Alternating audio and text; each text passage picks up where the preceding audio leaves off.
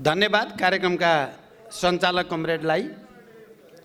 Press centre नेपालको जो चौथो राष्ट्रिय महाधिवेशनको अध्यक्षता गरिरहनु भएका प्रेस सेन्टरका अध्यक्ष कमरेड महेश्वर दाहाल, हाम्रो पार्टीका केन्द्रीय समितिका सबै सहयोद्धा कमरेडहरू, अरू यहाँ शुभकामना दिन आउने सबै अतिथि महानुभावहरू र यो हलमा उपस्थित सम्पूर्ण प्रेस सेन्टरका प्रतिनिधि, पर्यवेक्षक र अन्य पत्रकार मित्रहरू, सबभन्दा पहिला त म पनि प्रेस सेन्टर नेपालको यो चौथो राष्ट्रिय महाधिवेशनको पूर्ण सफलताको निम्ति हार्दिक शुभकामना व्यक्त गर्न चाहन्छु।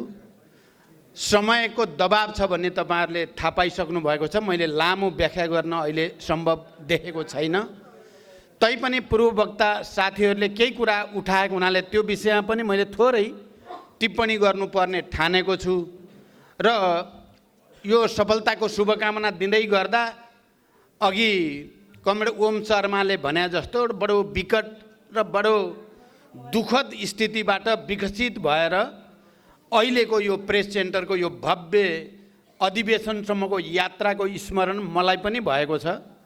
हिजो ऐतिहासिक जनयुद्धका क्रममा भूमिगत रूपमा कहिले डालोमा, कहिले डोकोमा, कहिले प्रिन्टर पनि जबरजस्ती हातले बनाएको प्रिन्टरमा छापेर पत्रकारिता गर्ने र जनताको हक अधिकारको निम्ति जीवनलाई हत्केलामा लिएर कुनै पनि बेला मृत्यु हुन सक्छ भन्ने थाहा पाउँदै पनि मृत्यु वरण गरेर हिँड्ने अग्रज पत्रकार साथीहरूले गरेको दुःख मैले सम्झिरहेको छु।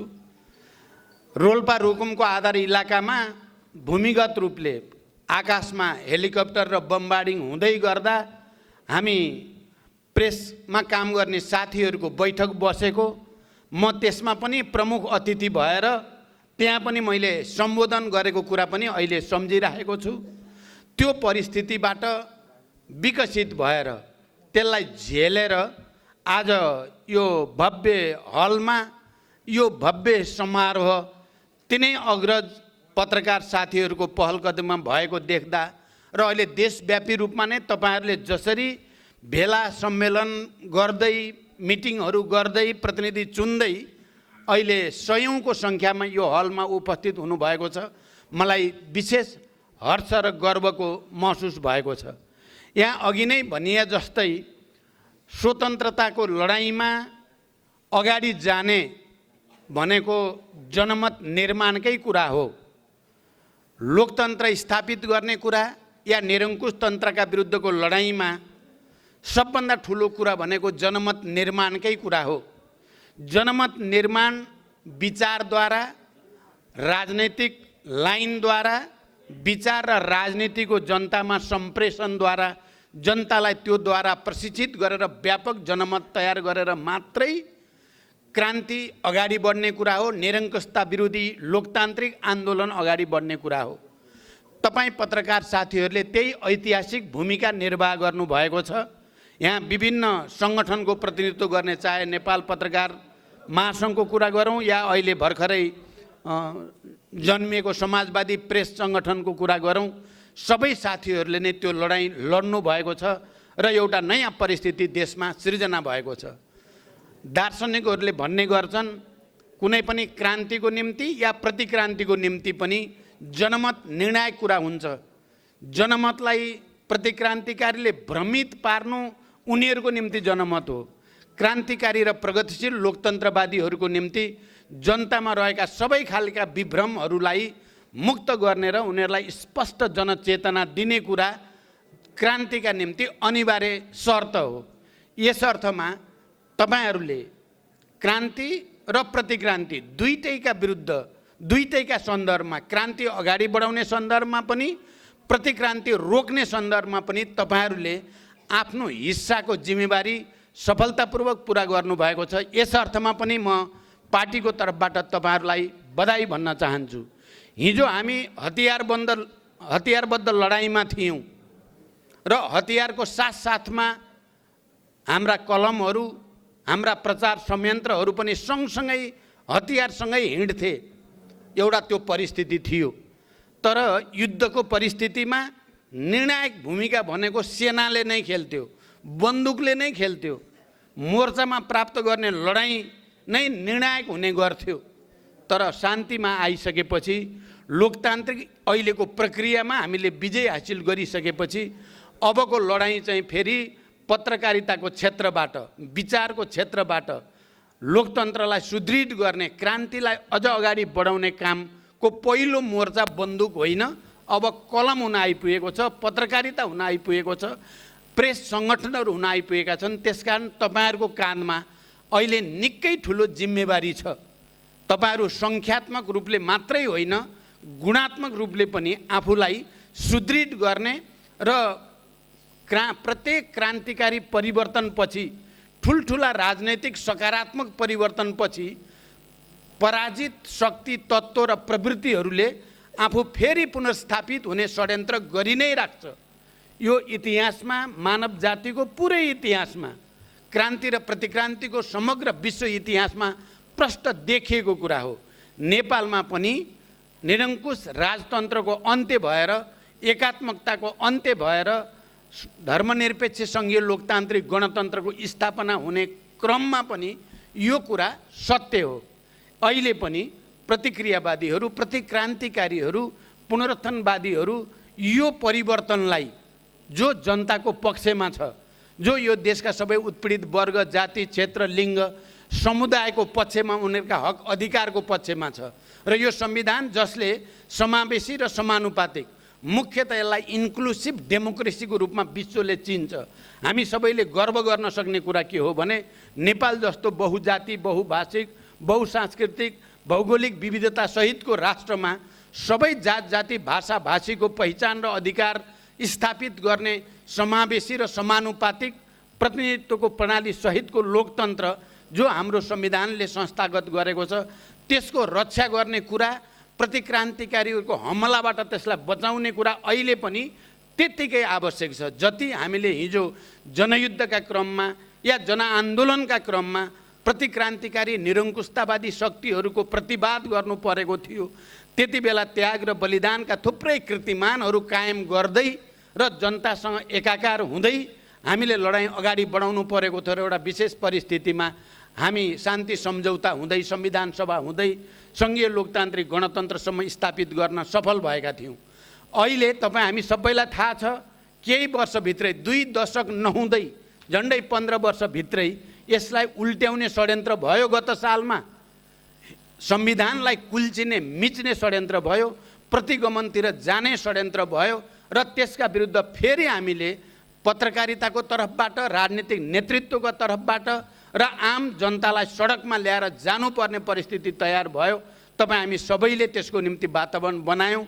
प्रेसमा काम गर्ने साथीहरूले पनि त्यो जनमत निर्माण, प्रतिगमनका विरुद्ध, प्रतिक्रान्तिका विरुद्ध जनताले झन्डै 7 दशक लडाइँ लडेर ल्याएको सकारात्मक लोकतान्त्रिक परिवर्तनलाई उल्ट्याउन खोज्ने शक्ति, प्रवृत्ति र तत्त्वहरूका विरुद्ध तपाईँहरूले जसरी जनमत निर्माण गर्नुभयो, म राजनीतिक नेतृत्वको हैसियतले तपाईँहरू सबै र प्रेससँग सम्बन्धित तमाम ती साथीहरू र सङ्गठनहरू जसले प्रतिगमनका विरुद्ध आवाज उठाए, लेखे, बोले, यो सबै गर्ने साथीहरूलाई पनि विशेष धन्यवाद दिन चाहन्छु। साथीहरू, अहिले पनि खतरा टरिसकेको छैन। हामी एकपटक त ब्याटल फेरि पनि जित्यौँ प्रतिगमनका विरुद्ध, तर प्रतिक्रान्तिकारी र प्रतिगमनकारी शक्तिहरू अहिले पनि सल्बलाई नै राखेका छन्। उनीहरूले कहीँ न कहीँ हाम्रो गठबन्धनलाई कमजोर पार्न सकिन्छ कि, प्रेसलाई कमजोर पार्न सकिन्छ कि, प्रेस मार्फत कहीँ भ्रम छर्न सकिन्छ कि भनेर त्यो षड्यन्त्र अहिले पनि जारी छ। हामी कोही रिल्याक्स गर्न सक्ने ठाउँमा अझै आइसकेको छैनौँ र म तपाईँ साथीहरूलाई पनि आफ्नो कलम तिखो बनाउने कुरा, आफ्ना बाजागाजाहरू, आफ्ना सबै सञ्चार संयन्त्रहरूलाई तीव्रताको साथ विकास गर्ने कुरामा रिल्याक्स नगर्नु होला। अहिले पनि प्रतिगमनको खतरा पुरै टरेको छैन। अहिले पनि नेपाल राष्ट्र र नेपाली जनताका विरुद्ध षड्यन्त्र जारी छ।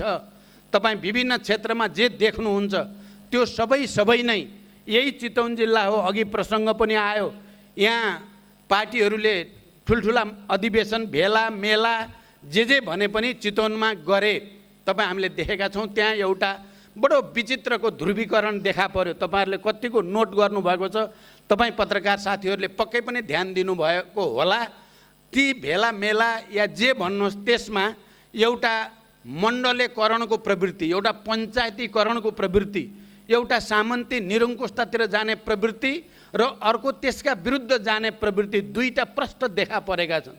तपाईहरुले सुन्नुभएको होला, कहीँ न कहीँ यहाँबाट भेला गरेर जाने पार्टीहरूभित्र एउटा गुट चाहिँ अलि बढी मण्डलीकरणतिर, पञ्चायतीकरणतिर, निरङ्कुशतातिर, प्रतिगमनतिर जाने हरकत अहिले पनि छोडेको छैन। त्यसकारण हामीले क्रान्तिको उपलब्धिको रक्षा गर्ने कुरामा आफ्नो सजगता, आफ्नो सक्रियता कहीँ कतै छोड्न हुने स्थिति छैन। हामी अब हतियार उठाउँदै छैनौँ, हामी युद्धमा जाँदै छैनौँ। हामी शान्तिपूर्ण ढङ्गले नै प्रतिगमन विरोधी आन्दोलनलाई जनव्यापी बनाउन चाहन्छौँ। लाखौँ र करोडौँ जनताको चेतनाको बलमा हामी प्रतिगमनलाई रोक्न चाहन्छौँ, प्रतिक्रान्तिलाई रोक्न चाहन्छौँ र यो देशलाई समाजवादको दिशातिर, समृद्धिको दिशातिर, सामाजिक न्याय र उत्पादन वृद्धिको एउटा नयाँ चरणतिर लान चाहन्छौँ। हामी यो देशका सबै समुदाय, सबै जात जाति, भाषा भाषी, वर्ग समुदायको एकतालाई मजबुत गर्न चाहन्छौँ र त्यसमार्फत राष्ट्रिय एकतालाई मजबुत गर्न चाहन्छौँ। हामी राष्ट्रिय एकताको सुदृढीकरणसँगै हामी समाजवादको एउटा नयाँ मोडेल निर्माण गर्न चाहन्छौँ। म आज प्रेस सेन्टरको तपाईहरुको यो राष्ट्रिय अधिवेशनमा उभिएर संक्षिप्तमा केही कुरा गर्दै गर्दा यो महाअभियानको अग्रणी अग्रमोर्चा तपाईहरुको जिम्मामा छ। तपाई पत्रकारिताको क्षेत्रमा काम गर्ने साथीहरूले जिम्मेवारीको साथ, सक्रियताको साथ, इमानदारीको साथ जनचेतना अभिवृद्धि गर्ने र प्रतिगमन र प्रतिक्रान्तिका विरुद्ध आक्रामक ढङ्गले प्रस्तुत हुँदा जनता, नेपाली जनताको चेतना अगाडि बढिरहेको छ, बढ्दै जान्छ र प्रतिगमनलाई हामीले परास्त गर्न सकिन्छ। यहाँ पत्रकार महासङ्घको अध्यक्षको हैसियतले जे कुरा प्रस्तुत भयो म त्यसलाई समर्थन गर्न चाहन्छु।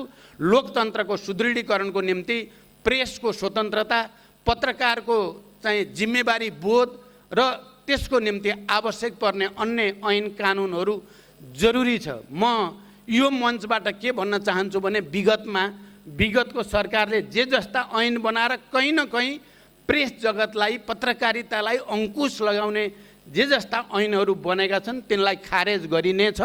म तपाईहरुलाई यो विश्वास दिलाउन चाहन्छु, तिनैलाई कन्टिन्यू हुन दिने छैन। हाम्रो चाहिँ गठबन्धनमा छलफल सुरु भइसकेको छ, मेरो प्रधानमन्त्रीसँग नि कुरा भइरहेको छ, त्यसकारण त्यसो हुन दिने छैन। हाम्रो विश्वास के हो भने जति प्रेस बलियो हुन्छ, जति पत्रकारहरू जिम्मेवार र सङ्गठित हुन्छन्, त्यति लोकतन्त्र सुदृढ हुन्छ, समाजवादको आधार तयार हुन्छ, समाजवादको दिशातिर अगाडि बढ्ने काम सुनिश्चित हुन्छ भन्ने विश्वास राख्ने पार्टी भएको हुनाले, त्यस्तो नेतृत्व हुनुको नाताले म त्यो स्वतन्त्रताको पक्षमा दृढतापूर्वक अन्तिम समयसम्म लड्ने विश्वास पनि म तपाईहरुलाई दिलाउन चाहन्छु। र अहिले अब विभिन्न रूपमा पक्कै पनि प्रतिक्रान्ति र क्रान्तिको बीचको यो लडाईँमा तपाईहरु जहाँबाट उठेर यहाँ आइसक्नुभयो। अहिले पनि हामी फेरि प्रतिगमन विरुद्धको लडाईँमा जहाँ जाने हामीले सपना देखेका छौँ, समाजवादको एउटा नयाँ यात्राको सपना देखेका छौँ। तर प्रतिक्रियावादी, प्रतिक्रान्तिकारी अथवा अवसरवादी जे भने पनि उनीहरू चाहिँ फेरि यसलाई उल्ट्याउने सपना देखे। दुईटा सपना छन् अहिले यो देशमा। एउटा जे जति उपलब्धि भएका छन् लोकतान्त्रिक हिसाबले या गणतान्त्रिक उपलब्धिहरू, त्यसलाई उल्ट्याउने सपना एक थरीले देखेका छन्, एक थरीले यसलाई सुदृढ गर्ने र समाजवादतिर जाने सपना देखेका छन्। तपाईँ, हामी र यो प्रेस सेन्टर चाहिँ मूलतः समाजवादतिरको यात्राको सपना बोकेर फेरि दृढताको साथ प्रतिगमनका विरुद्ध लडाईँ लड्ने सङ्गठन हो। त्यसकारण तपाईहरुले यो जिम्मेवारीलाई गहिरो गरी बोध गर्नुहुनेछ। यहाँ गत सालदेखि प्रतिगमनको जो कसरत भयो, हामीले त्यसलाई परास्त गर्न जे जति कामहरू गर्यौं, दोस्रो पटक प्रतिनिधि सभा विघटन गर्दा गठबन्धन बनाएर जस्तो सरकार बनाउने हामीले कोसिस गर्यौं र त्यो सरकार मार्फत हामीले जे सन्देश दिन खोजेका छौं जनतामा र राष्ट्रमा र अन्तर्राष्ट्रमा पनि, त्यसमा हामी अझै पुरै सफल पक्कै पनि भएका छैनौं। तर त्यो दिशातिर हाम्रा कदमै चलेका छैनन् भन्ने पनि होइन, कदमहरू बढाइएको छ। तपाई पत्रकार साथीहरूले अलिकति वैचारिक ढङ्गले आक्रामक हुँदै सकारात्मक ढङ्गले सरकारलाई सकारात्मक कामको निम्ति उत्प्रेरित गर्ने, आलोचना गर्ने, टिप्पणी गर्ने काम पनि छोड्नु हुँदैन भने साथसाथै प्रतिगमन विरोधी आन्दोलनलाई, प्रतिगमन विरोधी चेतनालाई सुदृढ गर्ने कुरामा पनि तपाईँ हामी सबै फेरि दृढताको साथ अगाडि जान जरुरी छ। मैले अहिले धेरै लामो भन्न सम्भव भइराखेको छैन, तर म यहाँ चितवनमा आज यो प्रेस सेन्टरको अधिवेशन भयो। मेरो पार्टीमा पनि छलफल चलेको थियो, हाम्रो पार्टीको सम्मेलन अधिवेशन पनि यहीँ अहिले नै गर्ने कि भन्ने पनि छलफल चलेको थियो। तर हामीले अहिले चाहिँ हामी महाधिवेशन गर्दै छैनौँ, त्यसकारण हामीले राष्ट्रिय सम्मेलन जसरी गर्ने भनी टुङ्ग्याएका छौँ त्यसरी नै गरौँ। तर अब प्रेस सेन्टरको साथीहरूले चितवनमा नै यो राख्ने भनेर निर्णय गर्नुभयो। सायद प्रेस सेन्टरको नेतृत्वका साथीहरूले केही न केही मकसद राखेर, केही उद्देश्य राखेरै चितवनमा प्रेस सेन्टरको महाधिवेशन आयोजना गर्नुभएको होला। म उहाँहरूलाई धन्यवाद भन्न चाहन्छु। चितवन अहिले सबैको निम्ति आकर्षणको केन्द्र बन्न गएको छ। एउटा त चितवन देशको मध्यभागमा भएको हुनाले आउन जान सुविधा छ, यातायातको सुविधा छ, खर्च कम लाग्छ, अधिवेशन इत्यादि गर्न आउन जान पनि सजिलो छ, त्यसकारण पनि चितवन रोजाइमा पर्दैछ। अर्को चितवनमा विकासको एउटा नयाँ मोडेलको सपना हामीले देखेका छौँ र विकासको मोडेल जस्तो भरतपुर महानगरपालिका या चितवन जिल्लामै पनि भौतिक पूर्वाधारदेखि शिक्षा, स्वास्थ्य, रोजगारी, तटबन्ध निर्माण, रिङ रोड इत्यादि, जल जमिन जङ्गलको सदुपयोग, यसको ऐतिहासिक विकासक्रम सबैको पनि कुरा छ। त्यसकारण मानिसहरू त्यो हेर्न पनि चितवन आउने स्थिति छ। अर्को कुरा चितवनमा प्रचण्ड छ, त्यहाँदेखि प्रचण्डलाई मन पराउनेले पनि चितवन रोज्ने भए, प्रचण्डलाई मन नपर्नेले पनि चितवन रोज्ने भए। त्यसकारण मन परेर आउनेलाई पनि धन्यवाद, मन नपरेर आउनेलाई पनि धन्यवाद भनेको छु मैले। जे भए पनि यसले एउटा लाइन दिएको छ, एउटा लाइन, एउटा विचार, एउटा प्रवृत्ति, एउटा शक्तिलाई त्यसले इङ्गित गरेको छ। कसैलाई सकारात्मक लागोस् या कसैलाई नकारात्मक। यस अर्थमा तपाईँ प्रेस सेन्टरले यहाँ अधिवेशन राखेको मैले बुझ्छु। तपाईँहरू प्रतिगमन विरुद्धको लडाइँलाई नै बलियो बनाउनको लागि राख्नु भएको हो तपाईँहरूले। यस अर्थमा तपाईँहरू धन्यवादको पात्र हुनुहुन्छ। अस्तिको कुम्भ मेला त्यो प्रतिक्रान्तिलाई बलियो पार्न गरिएको थियो, तर भएन, त्यो असफल भएको छ, पुरै असफल भएको छ। कोही पनि लोकतन्त्रवादी शक्तिले त्यसलाई सफल मान्दैन। त्यो असफलताको प्रतीकको रूपमा भएको छ। त्यो मण्डलीहरूको मोर्चा र पञ्चायती मोर्चा, निरङ्कुशतावादीको मोर्चामा पतन भएको छ। किनभने हामीले पञ्चायतको बेलामा झन्डै पञ्चायतको अन्त हुनै लागेको थियो, पञ्चायत विरोधी आन्दोलन उत्कर्षतिर पुग्दै थियो। त्यति बेला ठुल्ठुला पञ्च र्याली हामीले नदेखेको होइन। लाखौँ लाख जनतालाई उतारेर मानव नेपालमा पञ्च बाहेक त कोही पनि रहन्छ के अरे भन्ने बनाएको थिए 45 सालमा। 46 सालमा पञ्चायत ढल्यो। त्यसकारण जबरजस्ती पैसाको बलमा धाक धम्की दिएर, लोभ दिएर गरिएको कुम्भ मेलाले कुनै राजनैतिक अर्थ, वैचारिक अर्थ राख्दैन। अन्ततः जनतालाई मुक्त गर्ने भनेको विचारको तागतले हो, राजनीतिको तागतले हो, सही सूचनाको तागतले हो, सही इन्फर्मेसन दिएर मात्रै जनता शक्तिशाली हुने हो र लोकतन्त्र शक्तिशाली हुने हो। यस अर्थमा पनि तपाईँ हामी सबैले बुझ्नुपर्ने छ कि यहाँ लडाइँ चलेको छ। मैले केही समय अगाडि भने चितवन जिल्लामा कता कता कुरुक्षेत्र हुन लागेको हो, क्या हो, महाभारत जस्तो यहाँ पाण्डव र कौरवको लडाइँ हुन लागेको हो, क्या हो भनेको थिएँ मैले। तर अन्ततः जित सत्यको हुन्छ भन्ने कुरा पनि हामी सबैले बुझेकै कुरा हो। अब म अन्तिममा धेरै भन्न मलाई समय भएन, अर्को अधिवेशनको उद्घाटन गर्न जानु छ। म शम्भुजीलाई विशेष धन्यवाद भन्न चाहन्छु।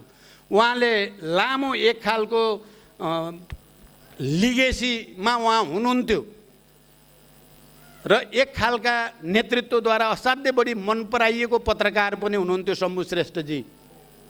तर जब उनीहरूमा वैचारिक पतन भयो, उनीहरू प्रतिगमनतिर लागे, उनीहरू प्रतिक्रान्तितिर लागे, उहाँले त्यो आफ्नो त्यत्रो वर्षसँगै बसेका नेताहरू, आफूलाई एकदम माया गर्ने, विश्वास गर्ने मानिसहरूलाई त्यागेर उहाँले लोकतन्त्रको पक्षमा, सच्चाइको पक्षमा, सही विचारको पक्षमा, मार्क्सवादको पक्षमा आफूलाई उभ्याउनु भयो। यस अर्थमा शम्भु श्रेष्ठ साँच्चै नेपालका पत्रकारहरूका लागि अहिले एउटा रोल मोडेल हो। अहिले मान्छेले राम्रो मूल्याङ्कन गरून् नगरून्, अहिले धेरै हिसाब गरून् नगरून्, तर यस्तै मान्छे धेरै जन्मिँदैनन्। यो एभरेज मान्छेले गर्न सक्ने कुरा होइन। यो एभरेजभन्दा अलि बाहिर गएर विद्रोह गर्ने आँट उहाँले गर्नुभयो। उहाँलाई धन्यवाद भन्न चाहन्छु यस अर्थमा। र उहाँले अहिले भनेको कुरामा फेरि म विमति जनाउन चाहन्छु। उहाँले भन्नुभयो नि यो पार्टी एकता प्रचण्ड र केपीको स्वार्थको मिलन मात्रै थियो, यो पार्टी एकता थिएन भन्नुभयो। म त्यसमा बिल्कुल गलत हो भनेर म शम्भुजीलाई एकचोटि गहिरो आत्मसमीक्षा गर्नको लागि म अनुरोध गर्न चाहन्छु। किनकि त्यति बेला हामीले पार्टी एकता जब अब शान्तिपूर्ण र प्रतिस्पर्धाको बाटोबाट नै समाजवादतिर जानुपर्ने भएपछि हामी कम्युनिस्ट भएका, कम्युनिस्ट पार्टी नाममा मार्क्सवाद लेनिनवादलाई स्वीकार गर्नेहरू एउटा समझदारी बनाएर गयो भने देशमा कम्युनिस्ट आन्दोलन पनि शक्तिशाली हुन्छ, राजनीतिक स्थायित्व पनि हुन्छ भनेर गरेको हो। स्वार्थ भएको भए मलाई 5 वर्ष प्रधानमन्त्री दिँदा म प्रधानमन्त्री हुन्थेँ शम्भुजी। तपाईँले यो बुझ्न जरुरी छ। यो स्वार्थको होइन, स्वार्थ त स्वार्थै हो, नेपाल राष्ट्रको स्वार्थ, नेपालको लोकतन्त्रको स्वार्थलाई हेरेर, कम्युनिस्ट आन्दोलनको स्वार्थलाई हेरेर गरिएको एकता थियो। तर दुनियाँमा त्यस्ता त धेरै छन् नि। सोभियत सङ्घको कम्युनिस्ट पार्टी विश्वको सबभन्दा शक्तिशाली कम्युनिस्ट पार्टी, सबभन्दा ठुलो पार्टी, लेनिनको पार्टी। तर पछि गएर गोर्बाचोभ जन्मे त्यहीँभित्र, खुर्सेभ जन्मे त्यहीँभित्र, लास्टमा एल्सिन जन्मेर कम्युनिस्ट पार्टी विघटन गराउने भिलेनहरू त्यहीँभित्र जन्मे। तपाईँले हेर्नुभयो भने पार्टी एकता गर्दाको राजनीतिक दस्तावेज हेर्नुभयो भने त्यहाँ जनवादी क्रान्ति र समाजवादी क्रान्तिको बारेमा, त्यहाँ माओवादी जनयुद्धले नै नेपालमा सङ्घीय लोकतान्त्रिक गणतन्त्र स्थापना गर्न मुख्य भूमिका खेलेको हो भन्ने कुरामा केपी ओलीको पनि हस्ताक्षर छ। र हामी जाने बाटो भनेको अब समाजवादतिरको यात्रा हो भन्ने कुरा पनि त्यहाँ प्रष्ट लेखिएको छ। अनि कसरी त्यो सैद्धान्तिक भएन? कसैले बेइमानी गर्यो, जालझेल गर्यो, षड्यन्त्र गर्यो, कोहीले धोका दियो भन्दैमा त्यो प्रक्रिया गलत थिएन। म अहिले पनि फेरि देशका सबै कम्युनिस्टहरूलाई भन्न चाहन्छु एकता अझै पनि आवश्यक छ। त्यस खालका भिलेनहरू, अवसरवादीहरूलाई परास्त गरेर सच्चा र इमान्दार कम्युनिस्टहरू एकताबद्ध हुनुपर्छ। म फेरि पनि अपिल गर्न चाहन्छु सम्पूर्ण कम्युनिस्टहरू एक हौँ, सबै लोकतन्त्रवादीहरू एक हौँ। मैले यो 5 दलीय गठबन्धन गर्दा मैले नै हो त्यो प्रस्ताव राखेको। हाम्रो यो एकता के को आधारमा? यो कसैका विरुद्ध मात्रै हो कि भन्दा होइन, यो 3टा मूलभूत उद्देश्यको निम्ति यो गठबन्धन हो। एउटा संविधानको रक्षा भनेको सङ्घीय लोकतान्त्रिक गणतन्त्रको रक्षा, महिला, दलित, आदिवासी, जनजाति, मधेसी, थारू, हिमाली सबैलाई जो समावेशी समानुपातिक प्रतिनिधित्व प्रणाली दिएको छ त्यसको रक्षा गर्ने मुख्य दायित्व 1, 2 लोकतान्त्रिक गणतन्त्रको रक्षा, 3 राष्ट्रियताको रक्षा। यी 3टा मूलभूत उद्देश्यमा हाम्रो अहिले समानता भएको हुनाले नै यो गठबन्धन सम्भव भएको हो। मानिसहरू अहिले यो गठबन्धन टुटाउनलाई अनेक खालका कसरत गरेका छन्। मलाई धेरै कुरा बडो डिटेलमा थाहा छ, तर म अहिले ती सबै कुरा डिटेलमा भन्न सक्ने स्थितिमा छैन। तर म के भन्न चाहन्छु भने अनेक षड्यन्त्र त भएकै हुन् पोहोर सालदेखि प्रतिगमन गर्न देशमा, तर हामीले त्यसलाई परास्त गऱ्यौँ। उनीहरूका अनेक खालका सेटिङहरूलाई हामीले भत्कायौँ र जनताको नयाँ सेटिङ स्थापित गऱ्यौँ। अहिले पनि यो गठबन्धन टुटाउन कहीँ कतै सकिन्छ कि भनेर विभिन्न कोणबाट कसरतहरू भइरहेका छन्। तर मलाई के विश्वास छ भने सबभन्दा ठुलो तागत भनेको जनताको तागत नै हो। र ती राजनीतिक दल र नेतृत्व जो जनताको पक्षमा, परिवर्तनको पक्षमा, लोकतन्त्रको पक्षमा, क्रान्तिको पक्षमा खडा हुन्छन्, तिनीहरूको तागत ठुलो कुरा हो।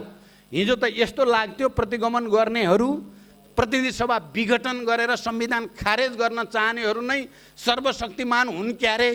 झन्डै 2/3 बहुमतको धाकधम्की छ, प्रधानमन्त्री छ, राष्ट्रपति छ, सबै राज्य सेटिङ गरेका छ। यस्तो लाग्छ न्यायपालिका, कार्यपालिका, व्यवस्थापिका सबै एउटा सेटमा छन्, केही पनि गर्न सकिँदैन क्यारे भन्या जस्तो लाग्ने। मानिसहरूमा पनि अलिअलि निराशा, खोइ सबै सिद्धिए क्यारे। अझ प्रचण्ड भन्ने मान्छे त्यत्रो क्रान्ति परिवर्तन ल्याएको आज कहाँ छ भन्दा बालुवाटार केपी ओली कहाँ, भरे कहाँ छ भन्दा पनि त्यहाँ, भोलि कहाँ छ त्यहीँ गर्दा साथीहरू मात्रै होइन जनता पनि अलिकति निराश जस्तो। सबै केपी ओली नै रचै क्या हो भन्या जस्तो भएको थियो परार। तर जब हामी सडकमा उत्रेर खबरदार तिमीहरूले चाहिँ प्रतिगमनतिर नै लाने हो भने हामी फेरि जस्तोसुकै लडाइँ लड्न पनि तयार छौँ।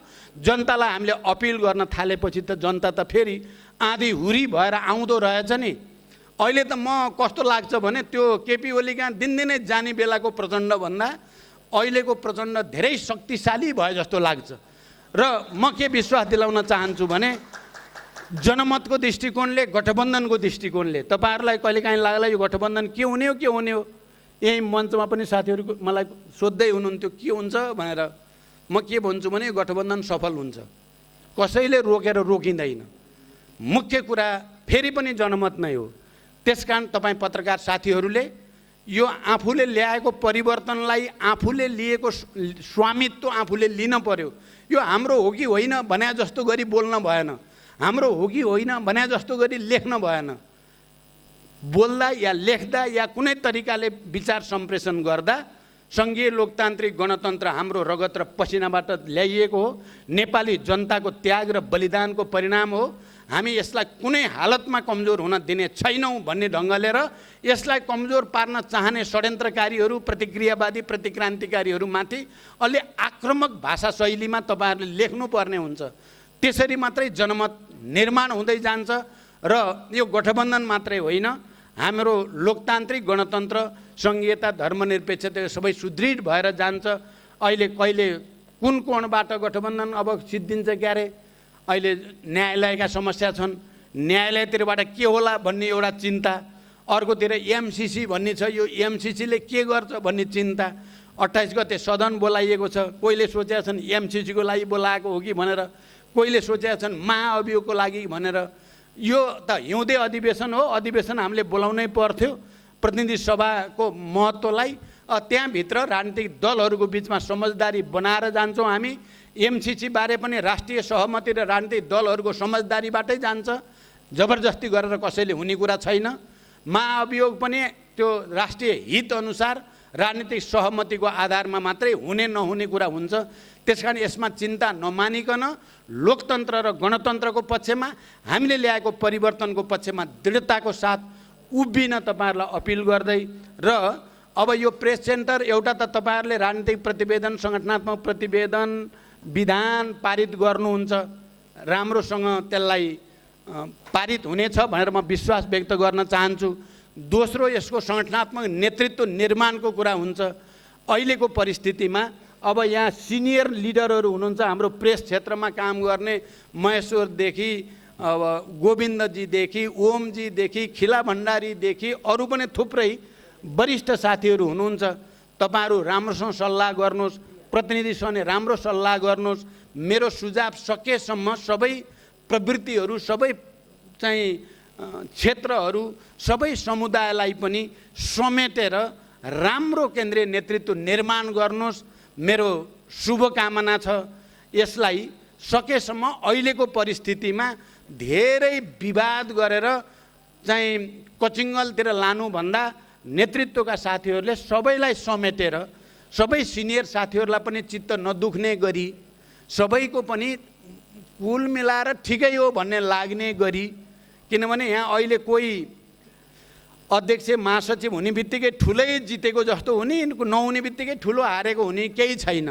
हामीले गर्ने लोकतन्त्रको पक्षमा आन्दोलन हो, जनमत हो, त्यसमा हामीले जिम्मेवारी लिने कुरा हो। फेरि पनि म नेतृत्वको साथ, मैले पार्टीको तर्फबाट कुनै हस्तक्षेप गर्न चाहन्न। हुन त मैले प्रमुख नेतृत्वबारे जिम्मेवार साथीहरूलाई भनेको छु। बाँकी उपाध्यक्ष बनाउन कति पर्छ, कसरी त्यहाँ सेटिङ गर्ने, महासचिव कसरी बनाउँदाखेरि चाहिँ बढी मिल्छ, अरू सचिवहरू, त्यो कुरा तपाईँहरूलाई स्वतन्त्रता छ भनेर भनेको छु मैले।